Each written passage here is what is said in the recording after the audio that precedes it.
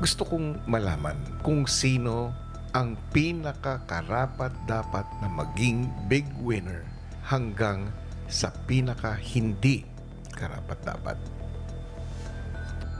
Hihingin ko na ang iyong ranking.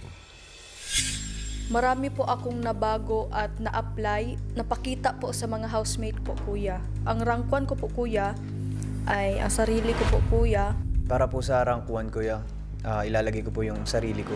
Alam ko po yung effort na naibubuhos ko po dito, pa-weekly task man po. Rank 1 po is ako kasi kuya alam ko naman po sa sarili ko na madami na po akong napatunayan and also po kuya madami na din po ako na-improve lalo po sa aking ugali. Rank 1, kuya. I would put myself.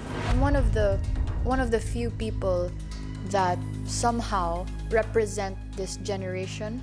I was willing to learn more dito sa bahay niyo po, kuya. Siyempre, sa rank 1 po, yung sarili ko po, kuya. Kahit anuman pagsubok dito, naharapin ko sa bahay niyo, kuya. Patuloy po ko lumaban, kuya.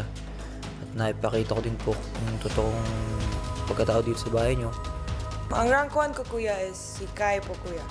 Dahil po sa contributions niya sa task po with her talent and intelligence po, I can't imagine the house without her, kuya. My rank 2 is Kuya JM po. Rank number 2 is na si JM po kuya. I rank Kuya JM. Nagpakatotoo talaga siya. Pera lang talaga yung habol niya dito. Kahit ganun yung objective niya po, na igawa niya pa rin maging friendly to everybody. Sa rank 2 ko po, si Kuya JM po. Ang rank 2 ko po, kuya, ay si Kai po, kuya. Para po sa rank 2, inilalagay ko po si Kai. Rank 3 po, kuya, is myself po, Rain. Sa mga task po and sa household chores, hindi po nawawala yung ambag ko, kuya. And I make sure to give time po for each and every person po. Rank number 3, I put up Rain, kuya. Rain has so much to show and so much to say. Everybody adores her for that.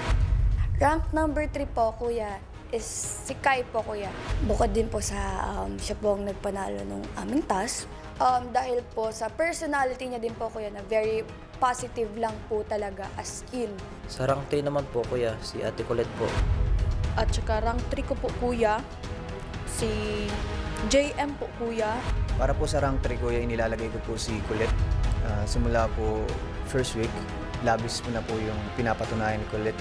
Kahit ho ilang beses na po siyang na-nominate, hindi pa rin po siya sumusuko sa paglaban ho sa pangarap niya. Sa rank 4 naman po, kuya, si Kai po. 4 ko, si Ate Colette. Si Ate Colette. Si Colette. Sa rank 4 ko po, kuya, si Fiang po. Sa rank 4 po, ilalagay ko po si Fiang. Ngayon po, talentado naman po siyang tao. Pagdating po sa task, nakadepende po sa mood niya kung kailan lang po niya gagawin. Nakukulangan ako, kuya, sa pakikisama po niya sa kapwa po namin housemates. For my rank 5, that is Fiang, kuya. Rank 5, si Fiang po, kuya. Sa rank 5 po, inilalagay ko po si Rin. Si Rain po kuya.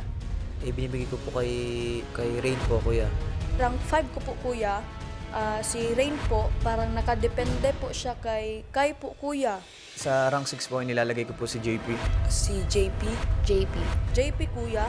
JP po kuya. Siguro po kuya nakukulangan po ako sa kanyang pagseseryoso. Ginagawa niya pong biro lahat. Si Fiang, kuya. Okay naman po siya sa pakikisama sa amin, ganyan. Ito lang po ang napapansin ko kay Fiang talaga, kuya. Hindi po talaga siya fair. Hindi siya fair, kuya. Gahamon po, kuya. Iba yung matatawag. Gahamon po siya sa pagkain, kuya. Hindi niya na kami naisip, kuya. Pananalita niya po.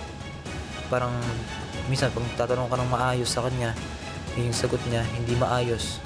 Parang pabalang po.